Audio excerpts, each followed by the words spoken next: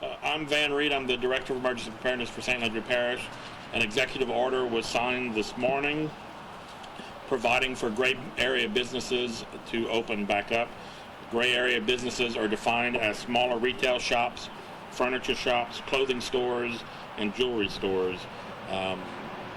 Businesses that cannot abide by the executive order are asked to not open until they can do so.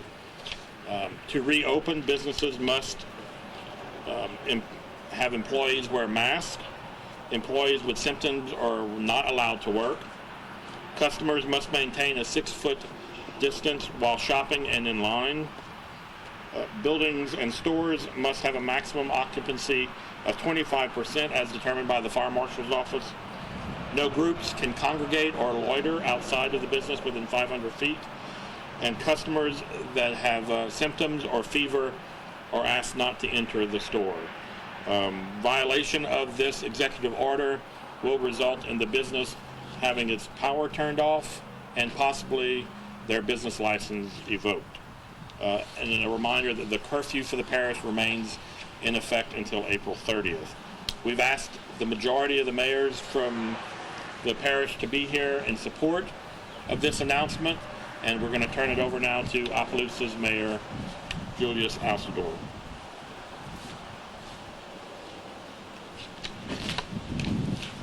Thank you, Van. And again, let me say that as the chairman of the St. Landry Parish Municipal Association, I stand before you, but also as a representative for my fellow colleagues who are here in support of the new executive order being implemented tomorrow morning starting at 6 o'clock with St. Landry Parish.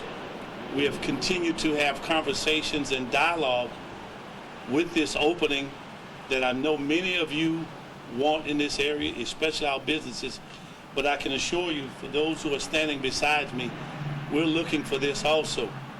But we have to be smart, have to smartly do this and safely open these businesses, understanding we are still fighting this enemy virus. We have to be disciplined, but also that the measures that Mr. Van just spoke about are adhered to. Yes, I can tell you, being the largest municipality here in St. Landry Parish, I desperately want to open, but open using good guidance, but also adhering to the medical experts, which we will have one that here this morning that will speak here shortly.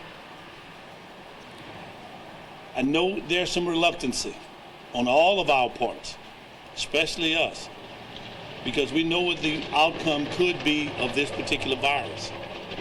But we shouldn't live by fear, knowing that fear is always part of our lives. But allowing certain things to happen gradually, also combating that fear and the virus that we are enduring and having to fight each and every day.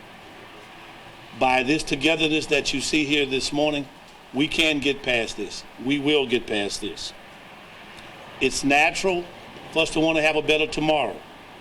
We want a better tomorrow because it's better rather sooner than later. But it starts with each of us individually, and it starts with also the businesses that are going to be reopening tomorrow morning. We must adhere to these provisions.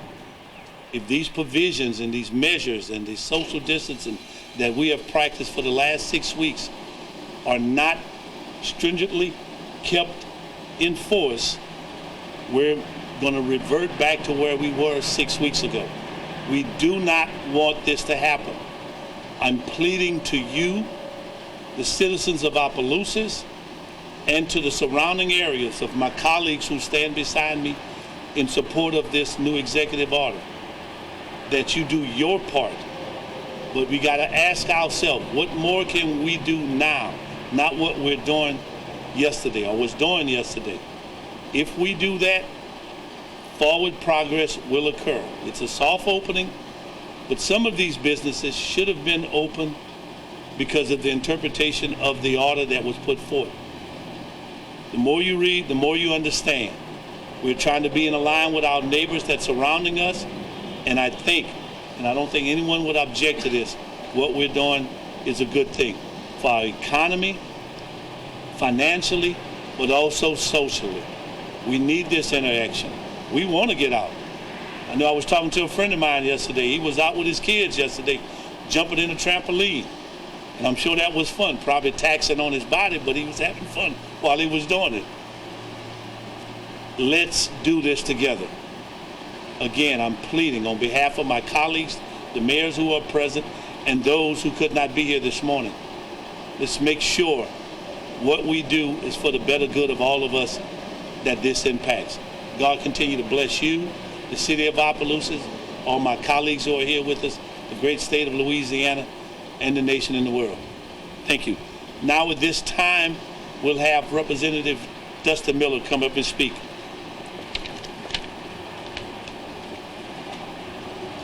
Thank you, Mayor. First, I would like to thank all of the mayors for working closely with St. Landry Parish leadership, Mr. Van, Mr. Bill Rodier, in this coordinated effort to reopen some gray line businesses. Remember, all the businesses, there's strict rules that you can only open at 25% capacity. Not only that, you must also have masks for your employees and do frequent temperature checks, and if anyone have any symptoms, you're to immediately send them to get tested or send them home. So as far as testing, we still have Opelousas General that's testing on Mondays and Thursdays. You do have to call before and they screen you for your symptoms. We also should be announcing in the next day or two there will be more drive-through testing that the state is going to have here in our parish.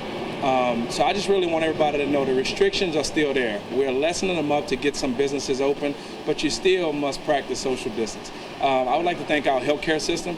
Opelousas General is one of the only in the state that are using hyperbarics treatments, and from my understanding, we're seeing great upside in it. So we've been able to save a lot of lives and keep people all off of the ventilator. So I would like to thank them and their CEO, Mr. Ken Cochran, for the great work. But once again, I would just like to echo to everybody, please continue practicing social distancing, continue staying 6 to 10 feet away from anyone, wear a mask when you're going in to go grocery shopping or anywhere, and also wash your hands frequently. Wash your hands at least 20 seconds with soap so that we can try to limit this transaction of this virus. So with that being said, I'll turn this back over to Mr. Bill Rodier. Thank you, Representative Miller, and thank you all again, members of the press, for being here. I say this every time we talk about people and the heroes in healthcare, but you guys are running all over and truly on the front line of this, and I really appreciate you guys being out here and putting yourself at risk to get people the facts with this. Just a few things I'd like to comment on as a Director and CEO of Economic Development in this area.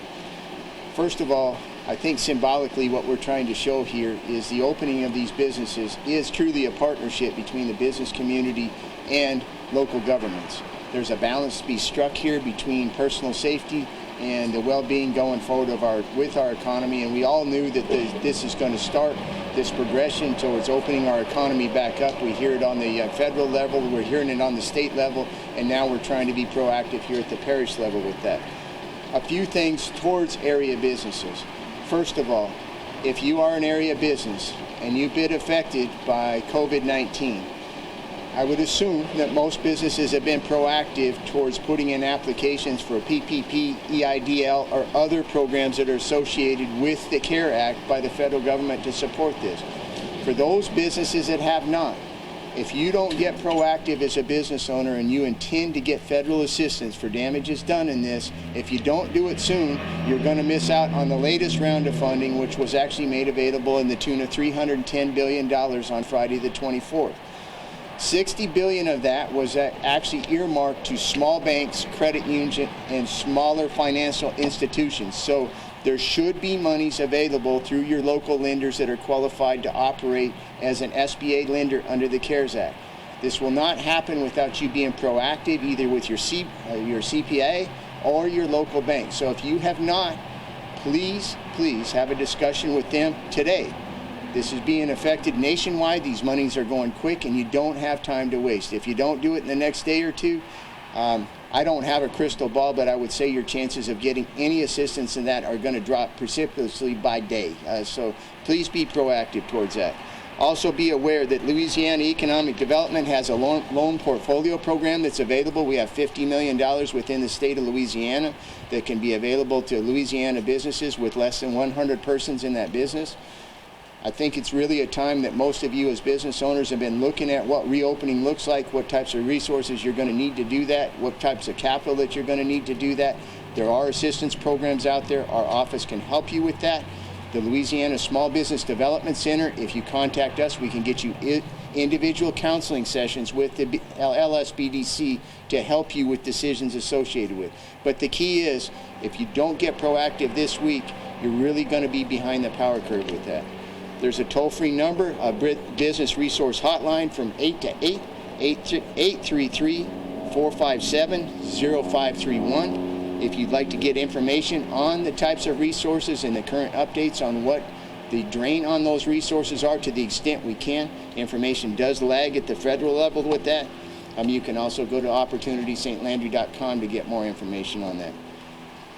I guess one of the things is, as we talk to businesses across our area, across the parish, and even across Acadiana, some businesses have been very successful in essential businesses that have stayed open through this. They've been proactive. They've been proactive on protecting their employees. They've been proactive on protecting their customers. And they really have kind of set the stage for this. So this can be done, but it's going to have to take partnerships like with what you see here, with the business community, economic development, all the partners coming together. And you as individuals, you have a personal accountability towards this to make sure that you're being safe. If you're a business owner, you have an accountability. I know you take serious to make sure that your employees are safe, and we all have a responsibility to help all of you get the resources and the information to do that safely. So I would ask that you please take the personal accountability to do that. Use the resources that you have at your disposal, many of which are here. Our offices in the SBDC and others, so we're here for you. When we started this process, nobody really saw what the end could look like, and I'm not sure what the end looks like, but I think we know that there's going to be a transition towards an end. It might look like a different end than what we thought, but we're going to get there. We're going to get there together. We're going to get there collectively as a team, and we are going to get there. We've been through a lot in South Louisiana, and this is another space that we're going to get through. So again, thank you so much for you guys in the press. Thank you so much, Dustin, for you and the healthcare community for all that you've done during this. And mayors, thank you all for being here. So that means a lot. This is how we're going to get it done. So thank you so much.